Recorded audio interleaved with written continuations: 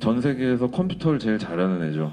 그래갖고 대학교 때도 무슨 정부 올림피아드를 나갔어요. 나라에서 나가라고 그래요. 이제 국가대표니까. 올림픽 선수 같은 건데 거기서도 또 대상을 탄 거예요. 대학교 때. 그래서 중앙도서관에서 공부를 하고 있는데 얘가 막 와갖고 자랑을 하는 거야. 야, 빌 게이츠가 나한테 편지를 보냈어. 미국에 있는 시애틀 본사로 입사하래. 뭐 밥도 다 먹여주고 월급도 많이 준다 이러면서 신이 난 거예요. 오늘 사연은 전 세계 개발자들을 충격에 빠뜨린 한국 천재 프로그래머 이야기입니다. MIT 교수들이 역대급 천재라 칭했던 그는 화장실에 한번 다녀오면 알고리즘을 하나 뚝딱 만들어냅니다. 빌 게이츠가 직접 손편지를 보내 스카우트하려 했지만 그는 단 한마디로 거절했습니다. 왜일까요? 지금부터 박승현 씨의 충격적인 이야기를 들려드리겠습니다. 안녕하세요. 저는 미국 실리콘밸리에서 온 교환 교사 마이클 브라운입니다. 구글에서 5년간 소프트웨어 엔지니어로 일하다 교육에 관심을 갖게 되어 한국의 영재 발굴 프로그램에 참여하기 위해 서울에 오게 되었습니다. 솔직히 말해, 처음에는 한국에 대해 많은 것을 알지 못했고 별다른 기대도 없었습니다. 그저 아시아의 개발도상국 중 하나, 선진국의 기술을 값싸게 복제해 만든 제품을 수출하는 나라 정도로만 생각했죠. 어쩌면 빠른 경제 성장을 이룬 가난했던 농업국가라는 편견도 있었을지 모릅니다. 미국과 일본, 독일 사이에서 살아남기 위해 땀을 흘리는 작은 나라라는 선입견을 가진 채로 처음 만난 학생이 바로 10살의 박승현이었습니다. 첫 수업 시간, 저는 실리콘밸리에서 초등학생 코딩 교육에 사용하던 문제를 아이들에게 나눠주었습니다. 보통 미국의 중학생들도 30분은 걸리는 문제였죠. 그런데 놀랍게도 박승현은 단 5분 만에 답안을 제출했습니다. 처음에는 아이가 성급하게 문제를 푼 것이라 생각했습니다. 하지만 그의 코드를 확인해보고 저는 충격에 빠졌습니다. 그것은 단순히 문제를 해결한 것이 아니라 제가 생각하지 못한 더 효율적인 알고리즘으로 해결한 것이었기 때문입니다. 승현아, 이 알고리즘은 어디서 배웠니? 제가 물었습니다. 배운 적 없어요. 그냥 이렇게 하는 게 더 빠를 것 같아서요. 단순한 직감으로 실리콘밸리 엔지니어들도 고민할 만한 최적화를 해낸 것입니다. 그날 이후로 저는 박승현 군을 주의 깊게 관찰하기 시작했습니다. 일주일 만에 저는 그가 일반적인 똑똑한 아이가 아니라는 것을 확신하게 되었습니다. 승현은 제가 지금까지 만난 어떤 아이들과도 달랐습니다. 초등학교 3학년이었던 승현은 이미 고등학교 수준의 프로그래밍 능력을 갖추고 있었습니다. 그는 쉬는 시간에도 노트북을 꺼내 코딩을 했고 점심시간에는 혼자 벤치에 앉아 프로그래밍 책을 읽었습니다.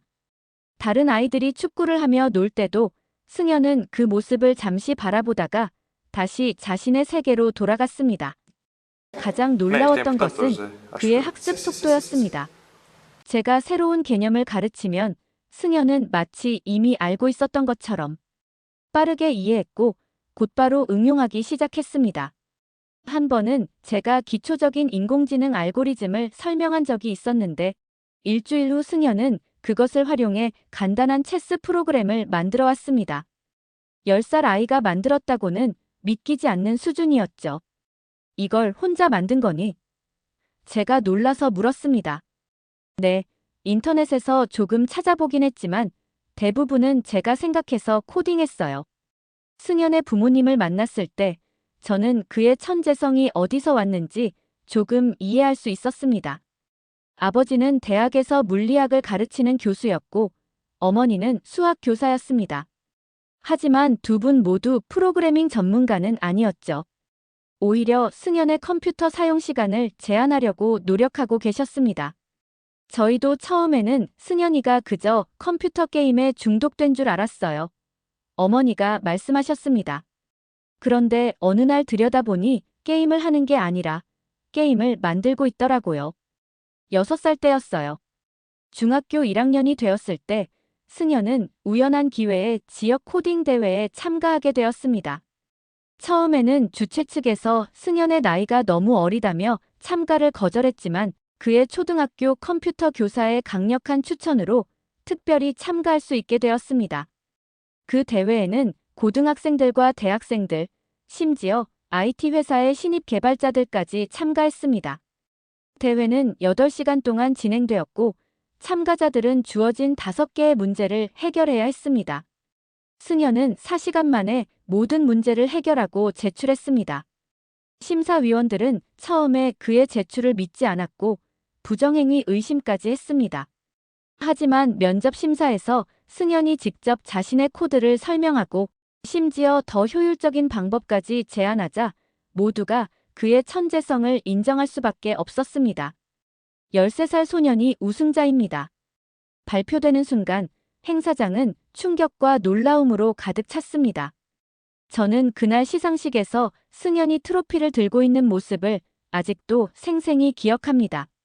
작은 체구의 소년이 자신보다 2배는 큰 성인들 사이에서 수줍게 웃고 있었죠. 그 모습은 마치 영화의 한 장면 같았습니다. 그 대회 이후 승연의 이름은 한국 IT 커뮤니티에서 유명해졌습니다. 여러 과학 고등학교에서 그를 원했고 대학들에서도 특별 입학 제안이 들어왔습니다. 하지만 승연은 평범한 중학교 생활을 마치고 싶어 했고 부모님도 그의 의견을 존중해 주셨습니다. 중학교 3학년이 되었을 때 승연은 드디어 국제정보올림피아드 IOI에 한국 대표로 참가하게 되었습니다. 당시 한국 역대 최연소 대표였습니다. 저는 그의 멘토로서 함께 싱가포르에서 열린 대회에 동행했습니다. 전 세계 80개국에서 온 참가자들 중에서도 승연은 단연 최연소였습니다. 대회 첫날 승연은 너무 긴장한 나머지 첫 문제를 푸는데 예상보다 많은 시간을 소비했습니다. 저는 멀리서 지켜보며 안타까웠지만 아무것도 할 수 없었습니다. 하지만 두 번째 날 승연은 완전히 다른 사람이 되어 있었습니다. 마치 컴퓨터와 하나가 된 것처럼 문제를 빠르게 해결해 나갔고 결국 한국 역대 최연소 금메달을 획득했습니다. 시상식 날 승연은 떨리는 목소리로 소감을 말했습니다.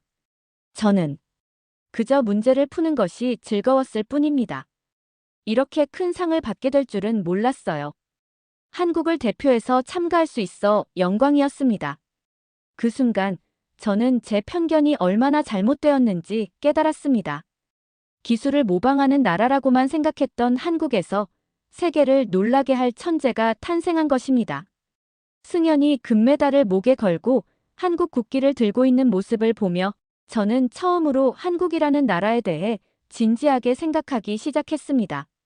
과학고등학교에 입학한 승연은 더욱 놀라운 모습을 보여주기 시작했습니다. 이미 고등학교 교과서는 그에게 너무 쉬웠고 그는 대학 교재를 통해 스스로 공부했습니다. 학교 도서관에서 승연을 찾으면 그는 항상 프로그래밍 언어나 알고리즘, 때로는 인공지능에 관한 두꺼운 책을 읽고 있었습니다. 가장 놀라웠던 것은 그의 학습 방식이었습니다. 일반적인 학생들과 달리 승연은 책을 처음부터 끝까지 읽지 않았습니다. 그는 관심 있는 부분만을 골라 깊이 파고들었고 때로는 책의 내용에 의문을 품고 직접 검증하기도 했습니다. 한 번은 유명한 알고리즘 책의 한 장을 펼쳐놓고 무언가를 열심히 계산하고 있었습니다. 무슨 문제니? 제가 물었습니다. 이 책에 나온 알고리즘이 최적이 아닌 것 같아서요. 제가 생각한 방법이 더 효율적일 것 같은데 증명하고 있어요. 16살 소년이 세계적으로 유명한 컴퓨터 과학 책의 내용을 검증하고 있었던 것입니다. 더 놀라운 것은 일주일 후 승연이 실제로 그 알고리즘의 개선된 버전을 만들어냈다는 것입니다. 그는 자신의 발견을 영어로 논문화하여 국제학술지에 투고했고 몇 개월 후 실제로 게재되었습니다. 고등학교 1학년 학생의 논문이 권위 있는 컴퓨터 과학 저널에 실린 것은 매우 이례적인 일이었습니다. 승연의 명성은 점점 커져갔고 고등학교 2학년 때는 다시 국제정보올림피아드에 참가해 만점으로 금메달을 획득했습니다. 이 소식은 한국 언론뿐만 아니라 해외 매체에서도 다루어졌고 MIT, 스탠포드, 하버드에서 입학 제안이 들어오기 시작했습니다. 지금 돌이켜보면 그때 저는 승연의 여정이 이제 막 시작되었다는 것을 알지 못했습니다. 샤워 중에도 코딩 책을 읽고 식사 시간에도 알고리즘을 생각하느니 특별한 한국 소년이 세계를 어떻게 바꿀지는 아무도 상상하지 못했습니다. 단지 저는 실리콘밸리에서 온 교환 교사로서 제가 가르치는 것보다 더 많은 것을 그에게서 배우고 있다는 사실을 점점 깨닫기 시작했습니다. 과학고등학교에서의 첫 학기는 모든 학생들에게 적응의 시간이었습니다. 특히 박승현에게는 더욱 그랬습니다. 이미 학교 교과 과정을 뛰어넘은 지식을 갖고 있는 그에게 일상적인 수업은 지루함 그 자체였기 때문입니다. 저는 교환 교사로서 승현을 포함한 영재 학생들을 가르치며 그들의 적응을 돕고 있었습니다만 승현만큼은 도움이 필요한 것 같지 않았습니다. 아니, 정확히 말하면 제가 도울 수 있는 범위를 벗어났죠. 그 사건은 11월의 추운 날 오후 3시 체육 시간에 일어났습니다. 저는 당시 다른 반 수업이 있어서 직접 목격하지는 못했지만 나중에 들은 이야기로는 체육교사가 출석을 부르는 중에 승현이 응답하지 않았다고 합니다. 처음에는 누구나 그렇듯 화장실에 잠시 갔거나 아니면 보건실에 있을 거라고 생각했습니다. 박승현. 체육교사가 다시 한번 이름을 불렀지만 대답은 없었습니다. 누가 승현이 못 봤니? 교사가 학생들에게 물었습니다. 마지막 수학 시간에는 있었어요. 한 학생이 대답했습니다. 그 후로는요? 교사가 다시 물었습니다. 쉬는 시간에 화장실로 가는 걸 봤어요. 다른 학생이 말했습니다. 체육교사는 일단 수업을 진행하기로 했고 쉬는 시간이 되면 다시 확인하기로 했습니다. 하지만 90분의 체육 수업이 끝난 후에도 승현은 나타나지 않았습니다. 이제 담임 교사가 직접 승현을 찾기 시작했습니다. 교무실, 도서관, 컴퓨터실 모든 교실을 다 찾아봤지만 승현은 어디에도 없었습니다. 상황이 심각해지기 시작했습니다. 학교에서 학생이 실종되는 것은 큰일이었으니까요. 담임 교사는 승현의 부모님께 연락을 시도했지만 두 분 모두 회의 중이셔서 전화를 받지 않으셨습니다. 시간은 계속 흘러 오후 5시가 되었고 방과 후 활동 시간까지 승현은 나타나지 않았습니다. 마침내 교감 선생님이 결정을 내렸습니다. 경찰에 신고해야겠습니다. 제가 이 소식을 들은 것은 교무실에서 내일 수업 준비를 하고 있을 때였습니다. 갑자기 교무실에 경찰관 2명이 들어왔고 교사들이 모여 상황을 설명하고 있었습니다. CCTV를 확인한 결과 승현이 마지막으로 목격된 곳은 2층 남자 화장실 앞이었습니다. 그 후로는 그가 학교를 나갔다는 증거가 없었기 때문에 아직 교내에 있을 가능성이 높았습니다. 화장실을 확인해 보셨나요? 한 경찰관이 물었습니다. 물론이죠. 모든 화장실을 다 확인했습니다. 담임 교사가 대답했습니다. 저는 문득 이상한 생각이 들었습니다. 2층 화장실의 모든 칸을 직접 열어보셨나요? 문을 두드려 봤는데 대답이 없었어요. 교감 선생님이 말씀하셨습니다. 직접 확인해 봐야 할 것 같습니다. 제가 제안했습니다. 우리 일행은 2층 남자 화장실로 향했습니다. 경찰관 1명, 교감 선생님, 담임 교사, 그리고 제가 함께였습니다. 화장실에 들어가자 정적이 흘렀습니다. 첫 번째 칸, 두 번째 칸, 모두 비어 있었습니다. 그런데 마지막 칸의 문은 안에서 잠겨 있었습니다. 박승현 학생입니까? 교감 선생님이 문을 두드리며 물었습니다. 하지만 대답은 없었습니다. 혹시 안에 있으면 대답해 주세요. 모두가 걱정하고 있습니다. 담임 선생님이 조금 더 큰 소리로 말했습니다. 여전히 대답이 없자 경찰관이 한 걸음 앞으로 나섰습니다. 안에 계신 분, 지금 문을 열지 않으면 강제로 열겠습니다. 학교에서 실종된 학생을 찾고 있습니다. 그래도 반응이 없자 교감 선생님은 마침내 관리인에게 연락해 마스터키를 가져오게 했습니다. 관리인이 도착하고 마스터키로 문을 열자 우리 모두는 충격적인 광경을 목격했습니다. 박승현이 화장실 변기 위에 앉아 무릎 위에는 노트북을 올려놓고 그 옆에는 두꺼운 알고리즘 책과 노트들이 놓여 있었습니다. 그는 헤드폰을 끼고 있었고 화면에는 복잡한 코드들이 가득했습니다. 우리가 문을 열자 그제서야 고개를 들었고 그의 눈에는 약간의 당혹감이 스쳤습니다. 선생님들, 왜 여기 계신 거예요? 승현이 헤드폰을 벗으며 물었습니다. 승현아, 지금 시간이 몇 시인지 알고 있니? 담임 선생님이 충격받은 목소리로 물었습니다. 3시. 아니, 3시 30분쯤 됐을까요? 승현이 조금 혼란스러운 표정으로 대답했습니다. 지금은 저녁 6시야. 내가 화장실에 들어온 지 3시간이 넘었어. 모두가 너를 찾고 있었고 심지어 경찰까지 신고했단다. 승현의 얼굴이 창백해졌습니다. 그제서야 자신이 얼마나 오랫동안 화장실에 있었는지 깨달은 것 같았습니다. 그는 서둘러 노트북을 덮고 물건들을 가방에 넣기 시작했습니다. 정말 죄송합니다. 저는 그냥 새로운 알고리즘 아이디어가 떠올라서 바로 코딩을 시작했는데 시간이 가는 줄 몰랐어요.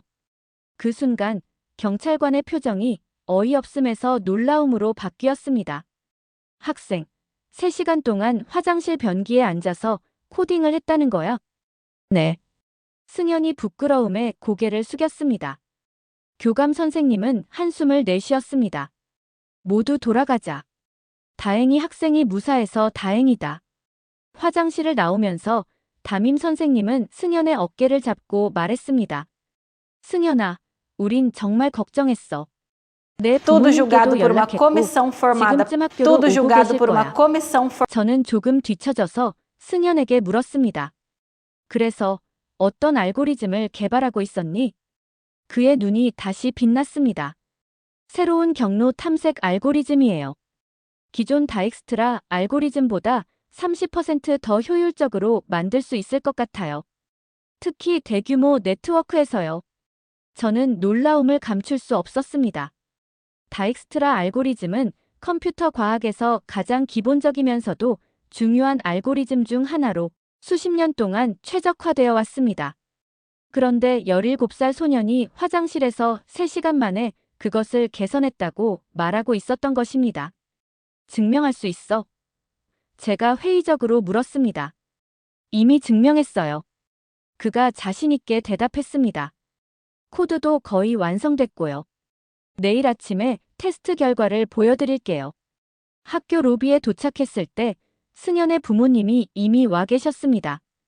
두 분 다 걱정스러운 표정이었지만 승현이 무사하다는 것을 확인하자 안도의 한숨을 내쉬셨습니다.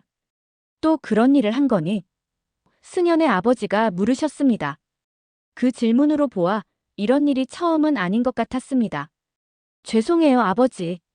정말 중요한 발견이었어요. 승현이 작은 목소리로 말했습니다. 승현의 어머니는 교감 선생님과 경찰관들에게 고개를 숙여 사과하셨습니다. 정말 죄송합니다. 저희 아이가 뭔가에 몰두하면 주변을 전혀 인식하지 못하는 경향이 있어요. 그날 밤 저는 집으로 돌아가는 길에 이 사건에 대해 깊이 생각했습니다. 미국에서 제가 만난 영재 학생들도 분명 뛰어났지만 박승현 같은 학생은 처음이었습니다. 그의 집중력과 학문에 대한 열정은 제가 본 어떤 학생보다도 강했습니다. 아마도 그것이 한국의 교육 시스템이 만들어낸 결실일까요? 아니면 승현만의 특별한 재능일까요? 다음 날 아침, 승현은 약속대로 저에게 자신의 알고리즘 테스트 결과를 보여주었습니다. 놀랍게도 그의 알고리즘은 정말로 기존 방식보다 평균 27%의 성능 향상을 보여주었습니다. 그것도 대규모 네트워크 환경에서만이 아니라 대부분의 일반적인 사용 사례에서도요. 이걸 논문으로 써야 해. 제가 진심으로 조언했습니다. 이 정도 발견은 국제학술지에 게재될 만해. 이미 쓰기 시작했어요. 그가 미소 지으며 말했습니다. 화장실에서요. 그 말에 저는 웃음을 터뜨렸습니다.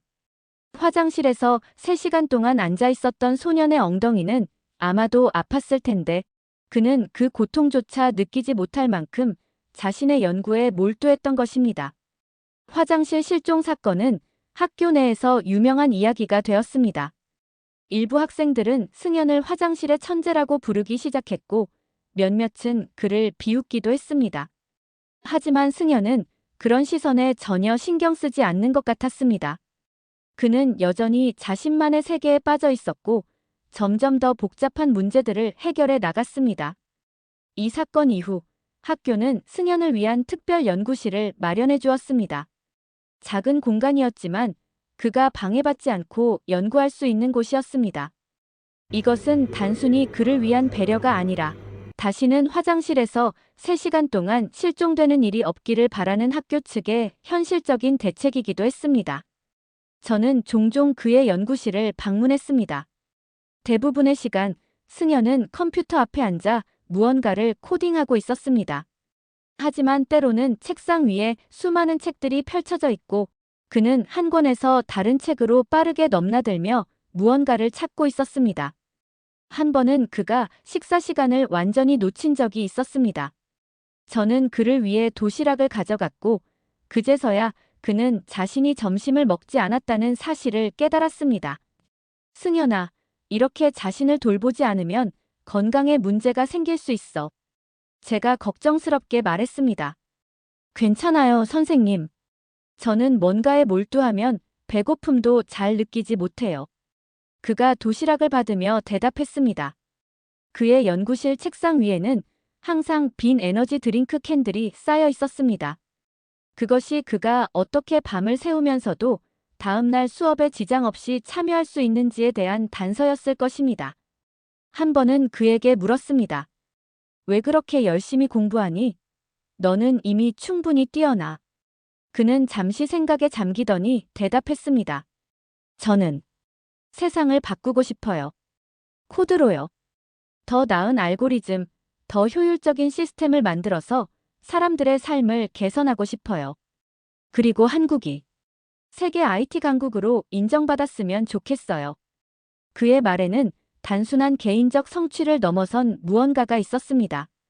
민족적 자부심, 그리고 자신의 재능으로 국가에 기여하고 싶다는 소망이 느껴졌습니다. 그것은 제가 미국에서 보지 못했던 종류의 애국심이었습니다.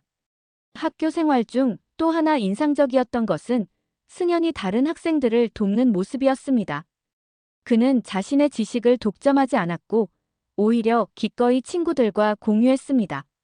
자신이 개발한 알고리즘을 설명해주기도 하고 어려운 문제를 함께 해결하기도 했습니다. 내가 그렇게 다른 학생들을 도와주는 이유가 뭐니? 제가 궁금해서 물었습니다. 함께 성장하는 게 더 재밌잖아요. 그가 단순하게 대답했습니다. 그리고 제 생각을 설명하다 보면 저도 더 명확하게 이해하게 돼요. 이것이 바로 진정한 천재의 모습이구나, 라고 저는 생각했습니다. 단순히 지능이 높은 것을 넘어 지식을 나누고 함께 성장하는 것의 가치를 아는 것, 그리고 자신의 재능을 더 큰 목적을 위해 사용하고자 하는 열망. 화장실 실종 사건으로부터 몇 개월 후 승연의 알고리즘은 실제로 권위 있는 컴퓨터 과학 저널에 게재되었습니다. 그것도 고등학생의 논문으로는 매우 드문 단독 저자로요. 학교는 이를 기념하여 작은 축하 행사를 마련했고 지역 언론에서도 이 소식을 다루었습니다. 인터뷰에서 한 기자가 승연에게 물었습니다. 이 알고리즘은 어디서 개발하게 되었나요? 승연은 잠시 망설이더니 대답했습니다. 조용한 곳에서요. 그 자리에 있던 우리 모두는 웃음을 참을 수 없었습니다. 학교 화장실에서 탄생한 세계적인 알고리즘. 아마도 컴퓨터 과학 역사상 가장 독특한 발명 장소일 것입니다. 그해 마지막 학기, 승연은 다시 한번 국제정보올림피아드에 참가했고 예상대로 만점으로 금메달을 획득했습니다.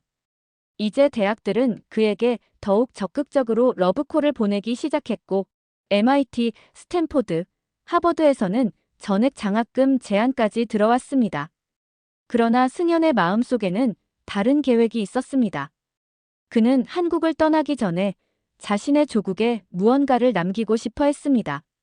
그리고 그 무언가가 무엇인지 저는 그때까지만 해도 알지 못했습니다. 고등학교 졸업식 날, 교정은 벚꽃으로 가득했습니다. 한국의 봄은 정말 아름답다는 생각이 들었습니다.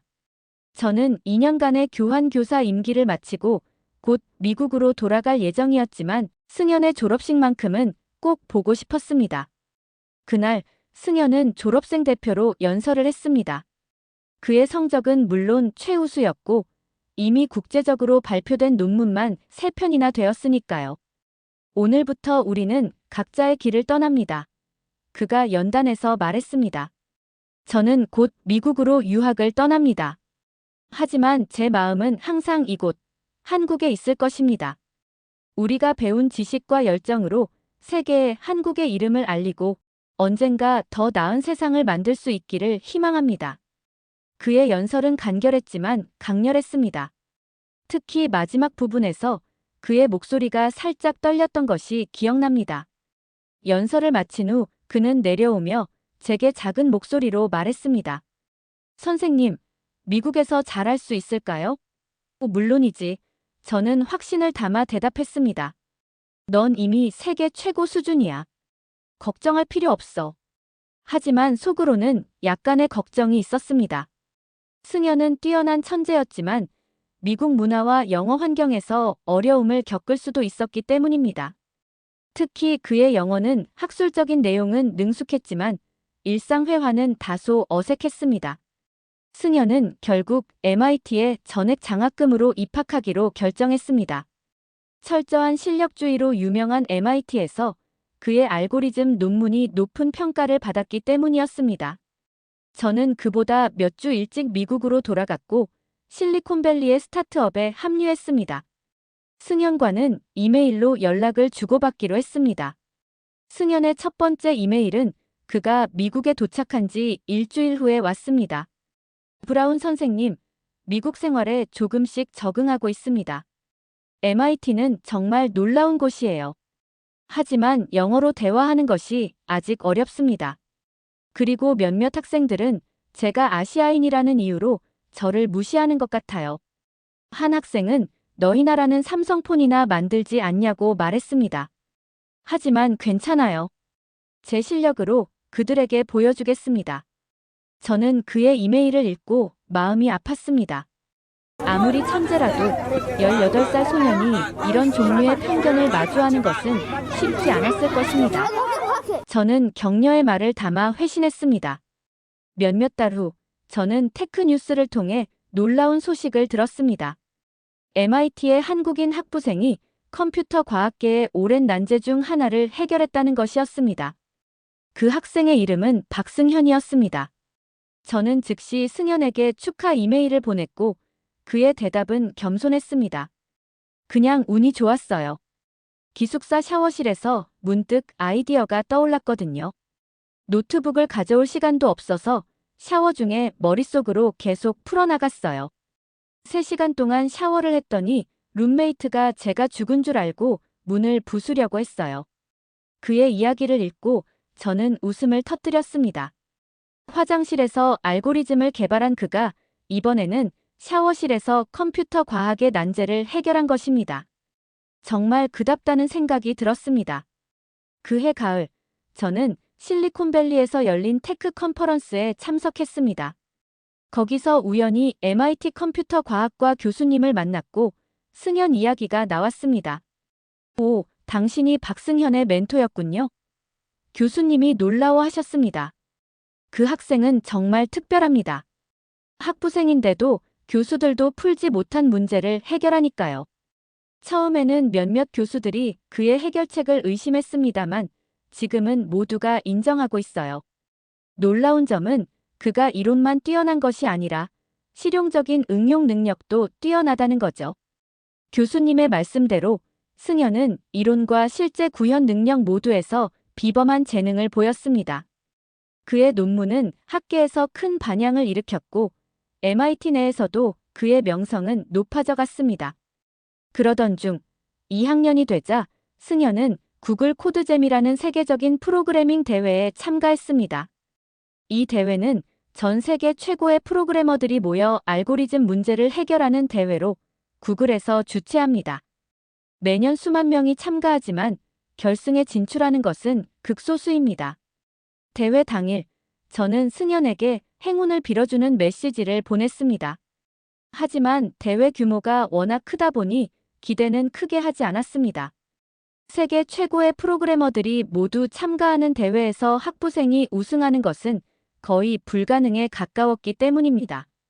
대회가 끝나고 며칠 후, 저는 믿을 수 없는 뉴스를 접했습니다. 박승현이 구글 코드잼에서 우승을 차지했다는 것이었습니다. 그것도 역대 최연소, 그리고 역대 최고 점수로요. 저는 흥분해서 승현에게 전화를 걸었습니다. 승현아, 믿을 수 없어. 정말 대단해. 전화기 너머로 들려오는 그의 목소리는 여전히 겸손했습니다. 운이 좋았어요, 선생님. 문제들이 제가 잘 풀 수 있는 종류였거든요. 운이 아니야, 실력이지. 저는 그의 겸손함에 웃음을 터뜨렸습니다. 구글 코드잼 우승 이후 승현은 돌풍을 일으켰습니다.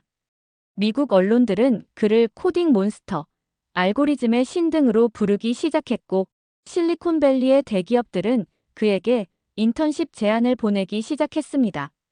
그러나 가장 놀라운 제안은 다른 곳에서 왔습니다. 어느 날 승현으로부터 긴급한 이메일이 왔습니다. 선생님, 믿기 힘든 일이 있어요. 오늘 아침 학교 우편함에 편지 한 통이 왔는데 보낸 사람이 윌리엄 게이츠였어요. 맞아요, 빌 게이츠요.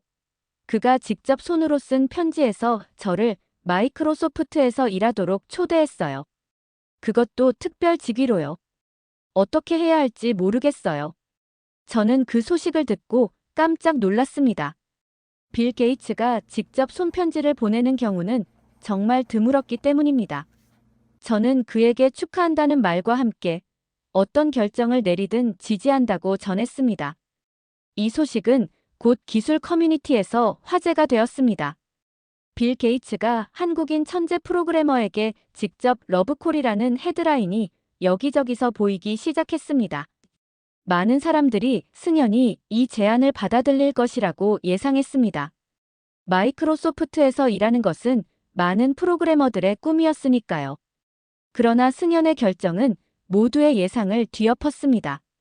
그는 빌 게이츠의 제안을 정중히 거절했습니다. 왜 거절한 거야? 저는 이해할 수 없어서 물었습니다. 선생님, 저는 아직 배울 것이 많아요. 그리고 한국으로 돌아가야 할 의무가 있어요. 군 복무를 마쳐야 하거든요. 그의 대답은 저를 놀라게 했습니다. 세계 최고의 기업에서 일할 기회를 군 복무 때문에 포기한다니 미국인인 제게는 이해하기 어려운 결정이었습니다. 하지만 그것이 바로 승현이었습니다.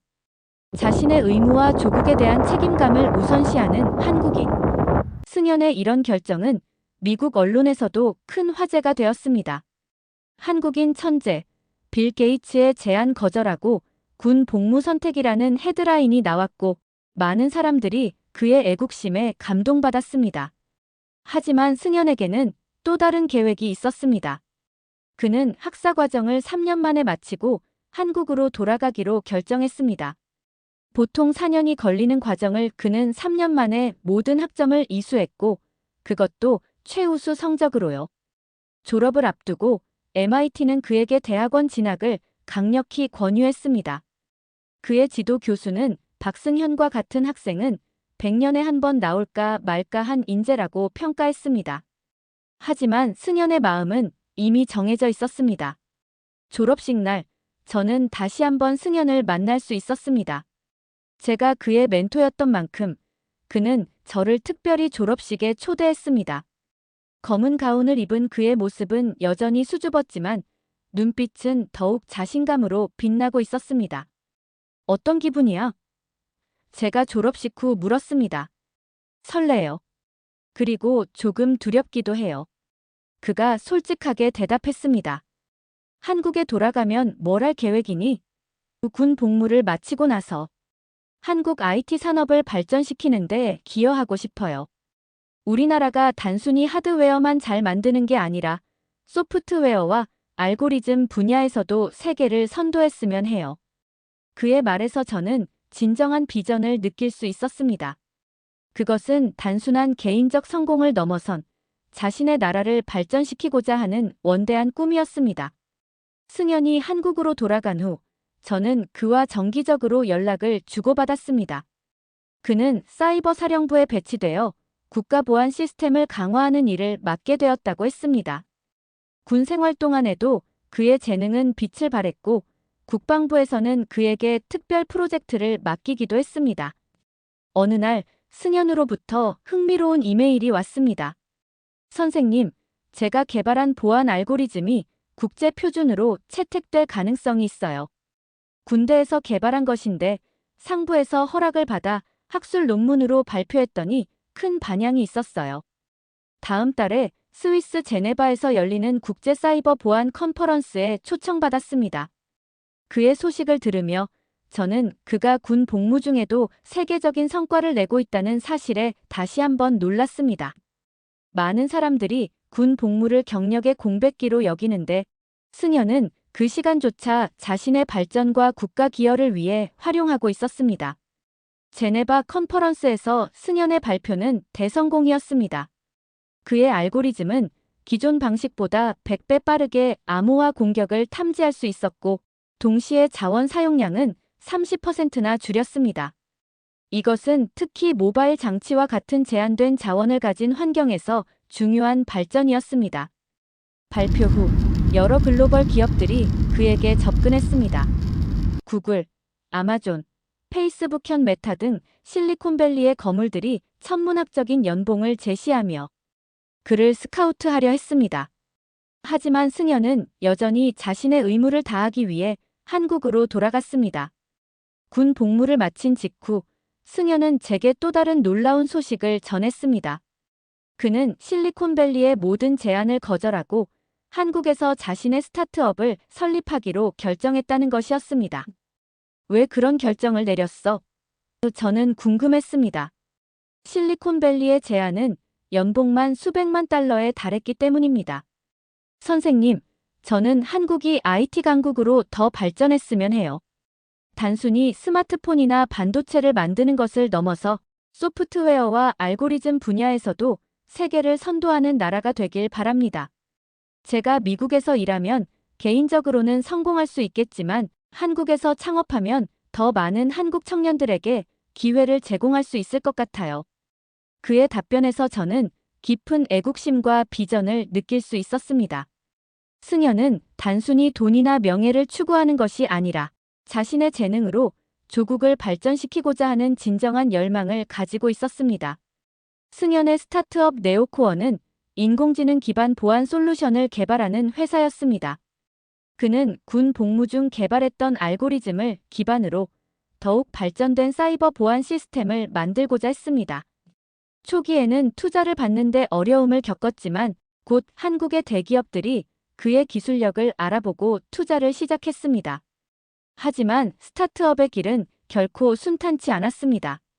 창업 6개월 차에 승연의 회사는 중대한 위기를 맞았습니다. 주요 투자자가 갑자기 투자를 철회하겠다고 선언한 것입니다. 이유는 더 큰 미국 기업이 유사한 기술을 발표했다는 소식 때문이었습니다. 우리는 계속 나아갈 겁니다. 승연은 투자자들의 철회 소식에도 불구하고 팀원들에게 말했습니다. 우리 기술이 더 뛰어나다는 것을 증명할 기회일 뿐입니다. 그리고 그는 정말로 그렇게 했습니다.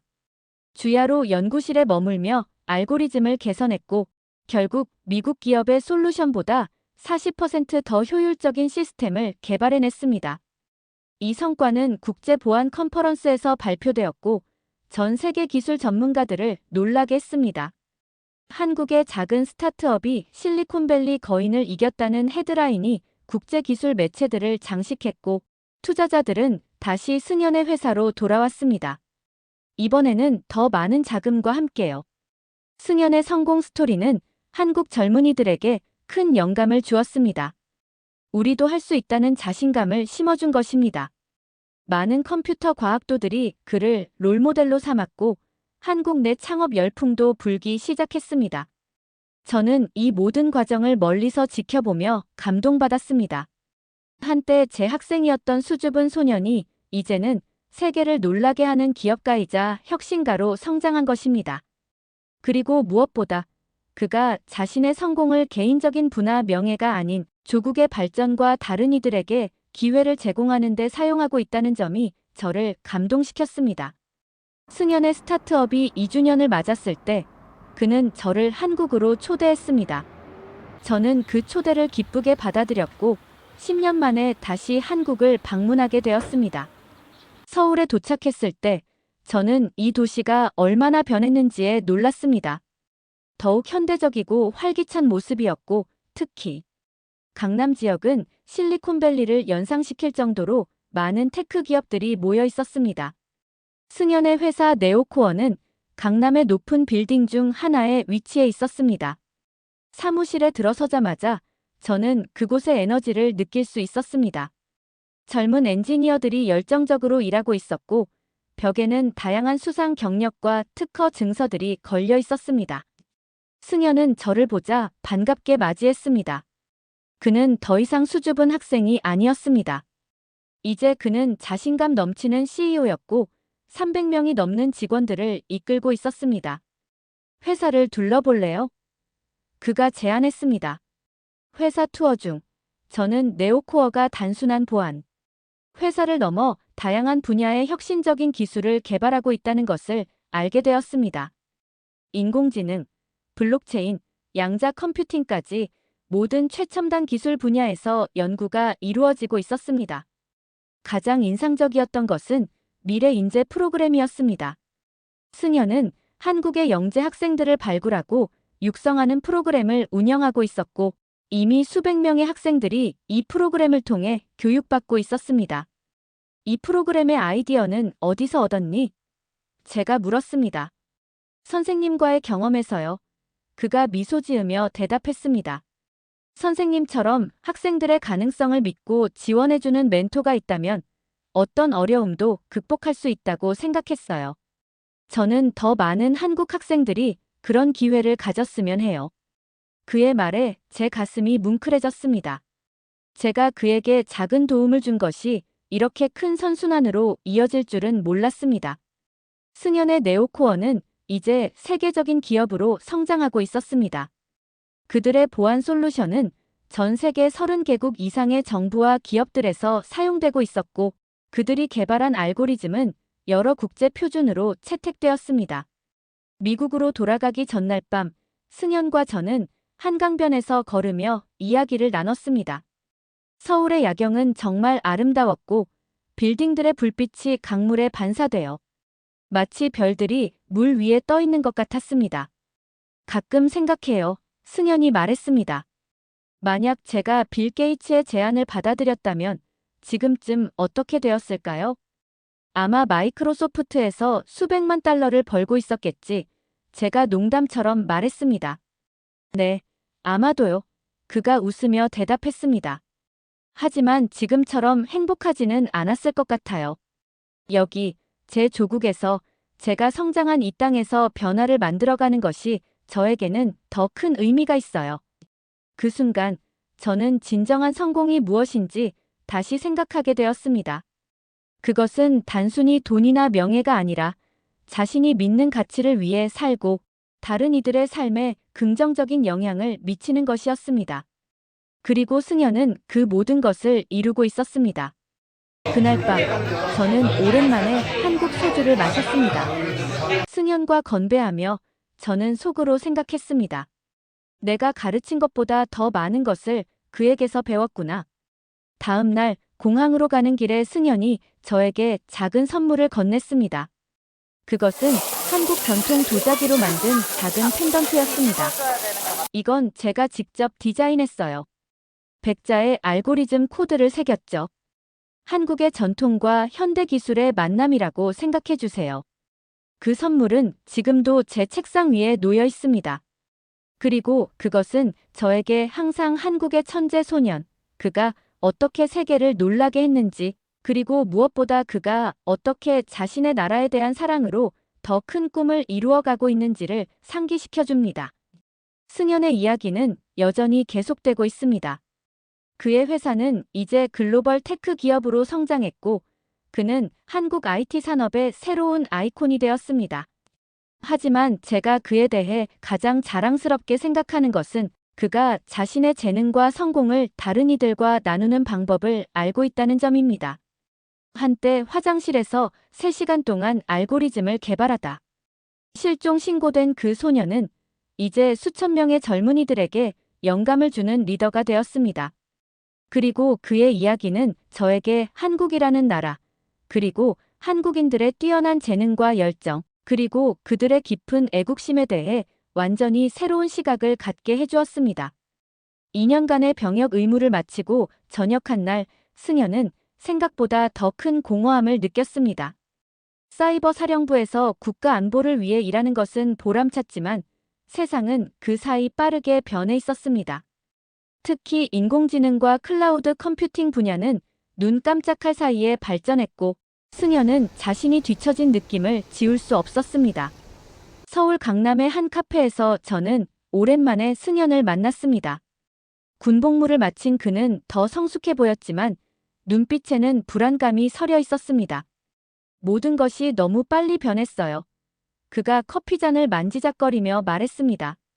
구글, 아마존에서 계속 연락이 오지만 저는 한국에서 무언가를 이루고 싶어요.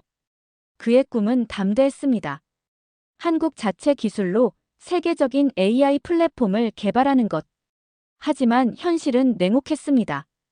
그가 창업한 스타트업 네오코어는 초기에 큰 관심을 받았지만 자금 부족과 글로벌 기업들과의 경쟁에서 어려움을 겪기 시작했습니다. 투자자들은 한국 기업이 실리콘밸리와 경쟁할 수 있을지 의문을 품어요. 승현이 체념한 듯 말했습니다. 심지어 한국 투자자들조차 차라리 미국으로 가라고 해요. 위기는 생각보다 빨리 찾아왔습니다. 창업 8개월 차, 주요 투자자가 갑자기 투자 계약을 파기했고 직원들의 급여조차 줄 수 없는 상황이 되었습니다. 승현은 자신의 모든 저축을 회사에 쏟아부었지만 그것만으로는 충분하지 않았습니다. 설상가상으로 승현은 과로로 인한 건강 악화로 병원에 입원하게 되었습니다. 의사는 과로와 스트레스로 인한 심한 면역력 저하와 위궤양이라고 진단했습니다. 병실에 누워 천장을 바라보며 그는 처음으로 좌절감에 압도되었습니다. 모든 게 끝났어요. 승현이 병실에서 저에게 말했습니다. 제 꿈은 너무 컸나 봐요. 그날 밤 저는 병실 창문을 통해 서울의 밤하늘을 바라보며 생각했습니다. 이렇게 끝나는 걸까? 그토록 빛나던 천재의 꿈이. 하지만 운명은 종종 가장 어두운 순간에 새로운 길을 열어줍니다. 승현이 입원해 있던 어느 날 병원 자원봉사 활동으로 온 초등학교 코딩 동아리 아이들이 우연히 승현의 병실을 방문했습니다. 아이들은 네오코어의 창업자이자 국제정보올림피아드 금메달리스트를 직접 만나게 되어 흥분했고 끊임없이 질문을 던졌습니다. 어떻게 하면 코딩을 잘할 수 있어요? 한 아이가 물었습니다. 왜 그렇게 컴퓨터를 좋아하게 되었어요? 다른 아이가 궁금해했습니다. 아이들의 순수한 호기심과 열정은 승현에게 잊고 있던 무언가를 상기시켰습니다. 그가 처음 코딩에 빠졌을 때 느꼈던 그 순수한 기쁨과 호기심이었습니다. 선생님, 아이들이 떠난 후 승현이 저에게 말했습니다. 저 아이들에게 더 좋은 교육 환경을 만들어주고 싶어요. 우리나라의 미래는 저 아이들에게 달려 있으니까요. 그날부터 승현의 눈빛이 달라졌습니다. 좌절감 대신 새로운 결의와 목표가 그의 눈에서 빛났습니다.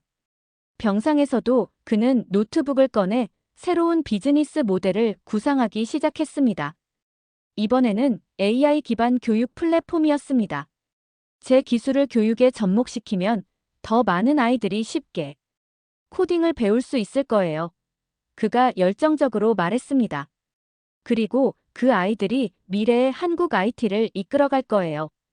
승현의 새로운 시작은 폐업 직전이었던 네오코어에 새로운 숨결을 불어넣었습니다. 회사의 방향을 교육 테크로 전환하고 그의 팀은 불과 3개월 만에 프로토타입을 완성했습니다. 그리고 기적처럼 그들의 교육 플랫폼 코드하이는 국내 교육청의 주목을 받았고 파일럿 프로젝트로 몇몇 초등학교에 도입되었습니다. 첫 결과는 놀라웠습니다. 아이들의 프로그래밍 실력이 급격히 향상되었고, 특히 농어촌 지역의 학생들에게 큰 도움이 되었습니다. 위기에서 기회를 만들어낸 승연의 이야기는 다시 한번 많은 이들에게 영감을 주었고, 한국 교육계와 IT 업계에 새로운 가능성을 보여주었습니다. 코드하이 교육 플랫폼의 초기 성공에도 불구하고 승연의 앞길에는 또 다른 장애물이 기다리고 있었습니다. 글로벌 교육 기업들이 한국 시장에 비슷한 플랫폼을 출시하기 시작했고, 그들의 막대한 자금력과 마케팅 능력은 작은 스타트업인 네오코어에게 큰 위협이었습니다. 우리는 기술력으로는 앞서지만 영업과 마케팅에서는 열세예요. 승연이 팀 미팅에서 인정했습니다. 외국 투자자들은 한국 시장은 너무 작다고 말하면서 투자를 꺼리고 있어요. 저는 실리콘밸리에서의 제 인맥을 활용해 몇몇 벤처 캐피털에 연락을 시도했지만 대부분의 답변은 실망스러웠습니다. 아시아 시장, 특히 교육 분야는 우리의 투자 포트폴리오와 맞지 않습니다라는 핑계가 대부분이었습니다. 상황이 악화일로를 걷던 어느 날, 승연은 충격적인 뉴스를 접했습니다. 미국의 거대 교육 테크 기업이 코드하이의 핵심 기술과 매우 유사한 솔루션을 발표한 것입니다. 그들은 승연의 아이디어를 어떻게든 알아낸 것 같았습니다. 그들이 우리 기술을 훔쳤어요. 승연이 분노하며 말했습니다. 우리가 특허를 출원한 알고리즘과 거의 똑같아요. 법적 대응을 준비했지만 현실은 냉혹했습니다. 국제 특허 소송은 엄청난 비용이 들었고 승연의 작은 회사는 그런 법정 싸움을 감당할 수 없었습니다. 더군다나 미국 기업은 이미 그들의 솔루션을 여러 국가에 배포하기 시작했습니다. 이 위기는 승연의 건강에 다시 한번 타격을 입혔습니다. 그는 극심한 스트레스로 인한 우울증 진단을 받았고 한 달간 회사를 떠나 휴식을 취해야 했습니다. 고향인 강원도의 작은 마을로 돌아간 승연은 자신의 인생에 대해 깊이 생각하는 시간을 가졌습니다. 어느 날 그는 우연히 지역 도서관에서 코딩을 배우려는 농촌 아이들을 만났습니다. 우리도 서울 아이들처럼 코딩을 배우고 싶어요. 하지만 여기는 선생님도 컴퓨터도 부족해요. 한 아이가 순수한 눈으로 말했습니다. 그 말을 들은 승연은 문득 중요한 깨달음을 얻었습니다. 진정한 문제는 기술이 아니라 접근성이었던 것입니다. 아무리 훌륭한 기술이라도 그것이 필요한 모든 사람에게 도달하지 못한다면 의미가 없었습니다. 그래, 내가 놓치고 있던 것이 바로 이거야. 승연이 중얼거렸습니다. 서울로 돌아온 승연은 즉시 팀을 소집했습니다. 그의 눈에는 오랜만에 열정이 돌아와 있었습니다. 우리는 방향을 바꿀 겁니다. 글로벌 기업들과 정면으로 경쟁하는 대신 그들이 가지 않는 곳으로 갈 겁니다. 농어촌 지역, 개발도상국, 교육 소외계층을 위한 솔루션을 개발하겠습니다. 이 전략의 변화는 네오코어에 새로운 생명을 불어넣었습니다. 저비용 하드웨어와 클라우드 기반 솔루션을 결합해 어떤 환경에서도 접근 가능한 교육 플랫폼을 개발했습니다. 특히 인터넷이 불안정한 지역에서도 작동하는 오프라인 모드는 획기적이었습니다. 놀랍게도 이 새로운 접근법은 한국 정부와 국제 NGO들의 관심을 끌었습니다. 특히 유엔의 교육 프로그램에서는 네오코어의 솔루션을 아프리카와 동남아시아 국가들에 도입하기로 결정했습니다. 한국 기술로 세계 교육 격차를 줄인다는 헤드라인이 국내외 언론을 장식했고 네오코어는 단숨에 글로벌 에듀테크의 혁신 기업으로 주목받게 되었습니다.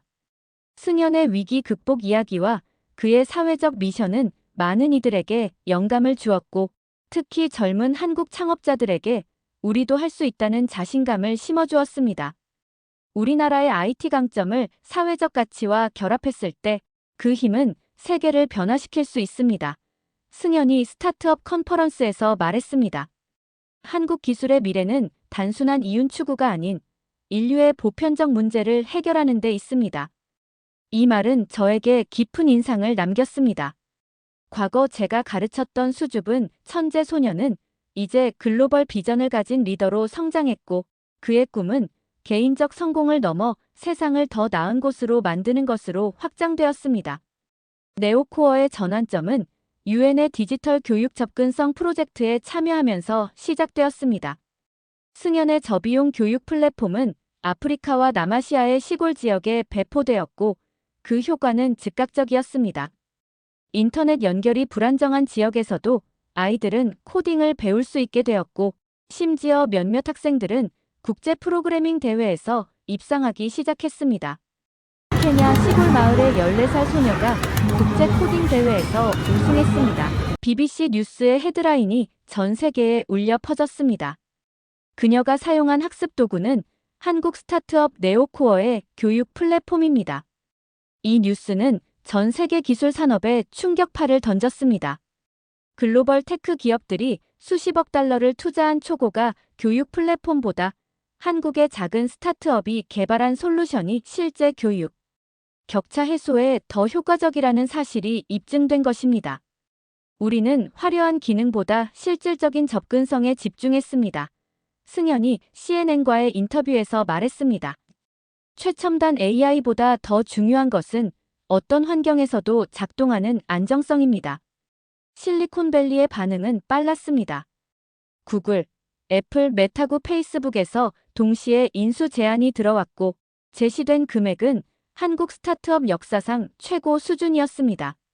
특히 구글은 승연에게 기술 책임자 CTO 직책까지 제안했습니다. 모든 사람이 그 제안을 받아들이라고 했어요. 승연이 저에게 말했습니다. 금액도 엄청났고 글로벌 영향력도 훨씬 커질 테니까요. 하지만 승연은 다시 한번 모두의 예상을 뒤엎는 결정을 내렸습니다. 그는 모든 인수 제안을 거절했습니다. 왜? 라는 질문에 그의 대답은 단호했습니다. 우리의 미션은 아직 끝나지 않았기 때문입니다. 우리는 돈을 위해 이 일을 시작한 것이 아닙니다. 대신 승연은 더 과감한 도전을 시작했습니다. 바로 개발도상국에 특화된 글로벌 교육 플랫폼 구축이었습니다. 그는 각국의 언어와 문화적 특성을 존중하면서도 보편적인 코딩 교육을 제공하는 시스템을 구상했습니다. 놀랍게도 한국 정부와 대기업들이 이 비전에 동참했습니다. 디지털 실크로드라는 이름의 이 프로젝트는 한국의 기술력을 전 세계와 연결하는 새로운 모델이 되었습니다. 우리는 단순히 제품을 수출하는 것이 아니라 지식과 기회를 나누고 있습니다. 승연이 프로젝트 발표회에서 말했습니다.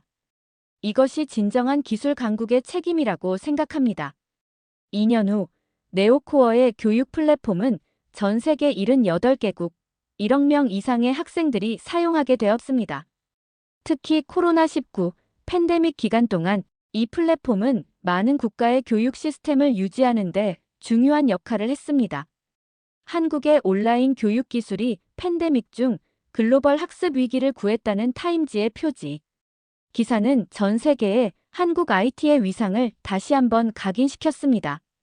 승연의 성공은 개인적인 차원을 넘어 한국 IT 산업 전체의 패러다임을 바꾸었습니다. 이제 많은 한국 스타트업들이 단순히 국내 시장이나 선진국만을 목표로 하는 것이 아니라 글로벌 사회 문제 해결을 위한 혁신적인 솔루션을 개발하기 시작했습니다. 더욱 놀라운 것은 승연의 플랫폼이 한국 청년들에게 미친 영향이었습니다. 그의 이야기에 영감받은 수많은 젊은이들이 기술을 통한 사회 변화에 관심을 갖게 되었고 테크4 굿 운동이 한국 전역으로 퍼져나갔습니다. 승연 씨 덕분에 저도 꿈을 갖게 되었어요. 서울대 컴퓨터공학과 학생이 말했습니다. 이제 우리 세대는 돈보다 의미를 추구합니다. 승연은 자신의 영향력을 더욱 확장하기 위해 미래인재재단을 설립했습니다. 이 재단은 경제적으로 어려운 환경의 한국 학생들에게 IT 교육 기회를 제공하고 특히 지방 소도시와 농어촌 지역의 디지털 격차 해소에 집중했습니다. 모든 한국 아이들이 동등한 기회를 가져야 합니다.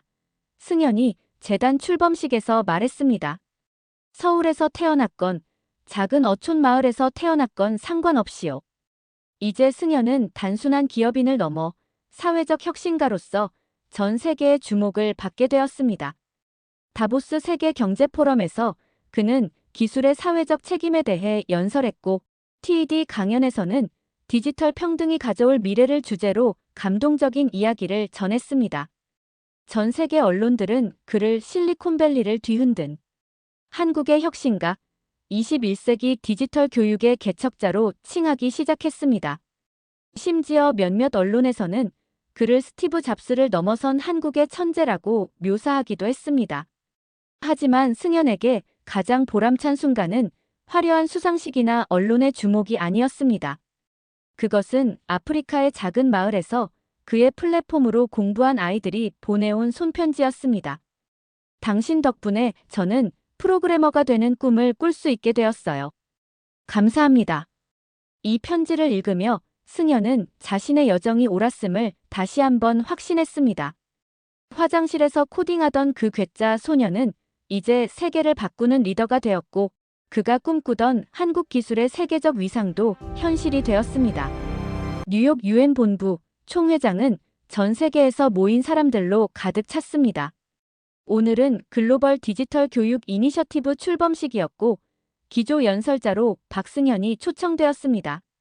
저는 특별 초청객으로 이 역사적인 순간을 지켜보고 있었습니다. 승현이 연단에 섰을 때 장내는 숙연해졌습니다. 한때 화장실에서 알고리즘을 개발하다 실종 신고되었던 그 수줍은 소녀는 이제 세계를 변화시키는 리더가 되어 있었습니다. 저는 코딩이 단순한 기술이 아닌 세상을 바꾸는 언어라고 믿습니다. 승현이 말문을 열었습니다. 그리고 이 언어는 모든 아이들, 전 세계 모든 곳의 아이들에게 열려 있어야 합니다. 그는 지난 5년간의 여정을 간략히 설명했습니다.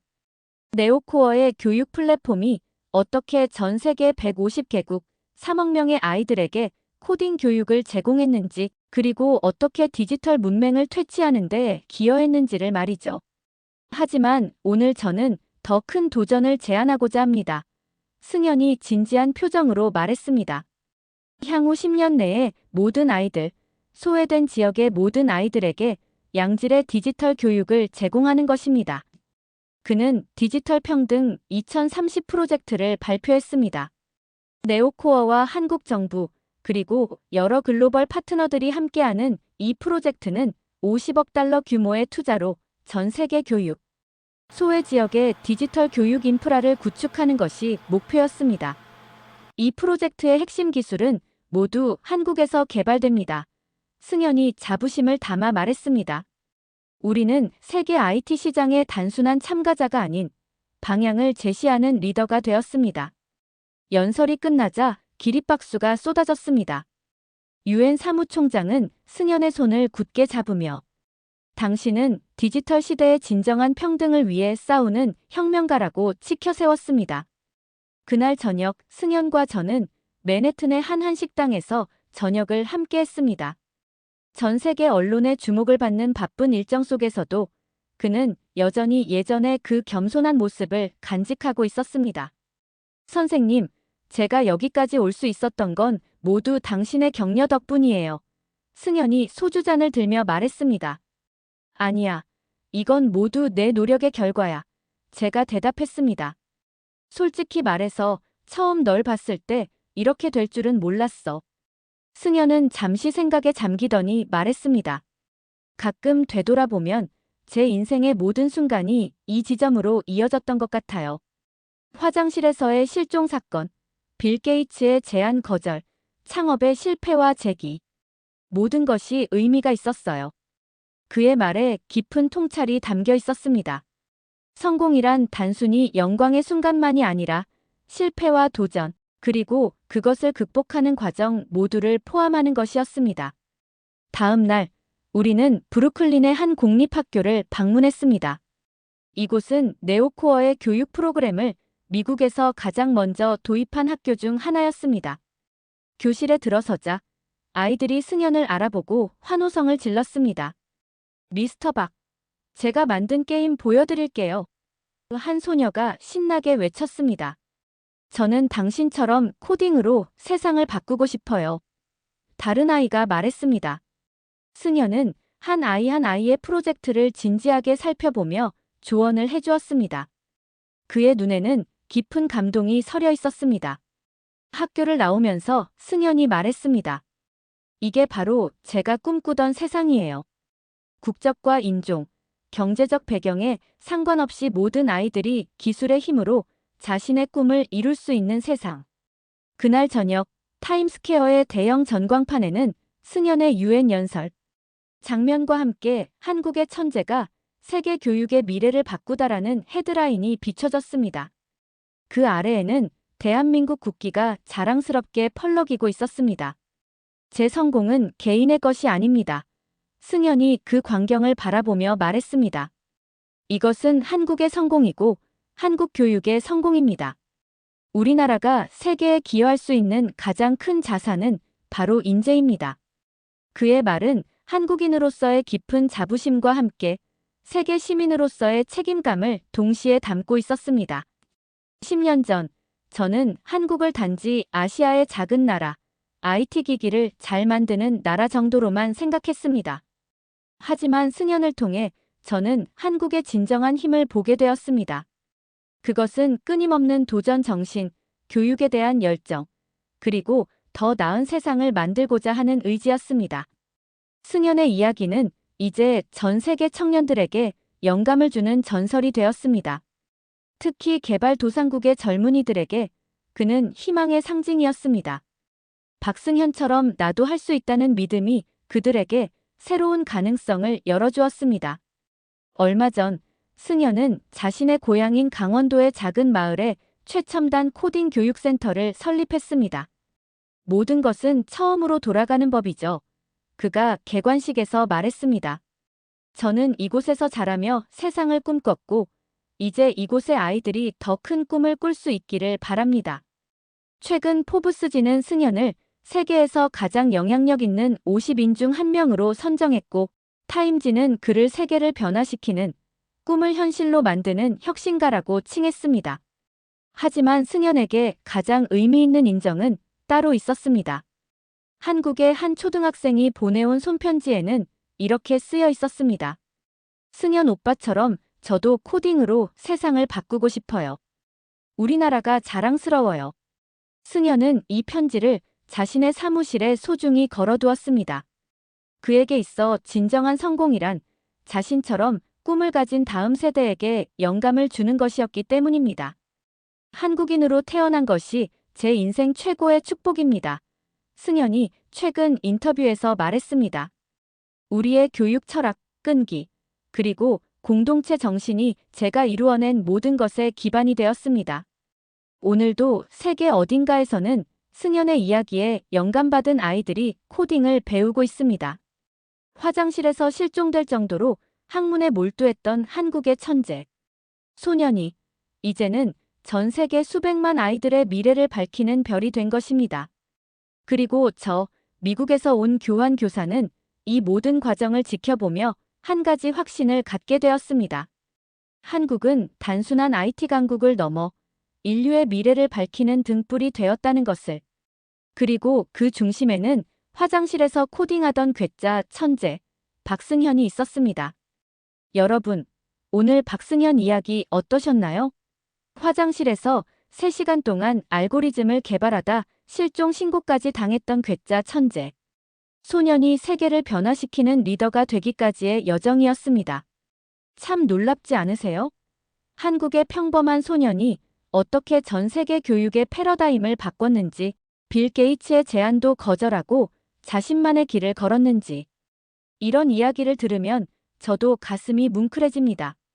오늘 이야기가 마음에 드셨다면 구독과 좋아요 부탁드립니다. 여러분의 응원이 저에게는 정말 큰 힘이 됩니다. 그리고 댓글로 여러분 주변의 숨은 영웅 이야기도 들려주세요. 어쩌면 그분이 다음 영상의 주인공이 될지도 모릅니다. 함께 해주셔서 감사합니다. 다음 영상에서 또 만나요.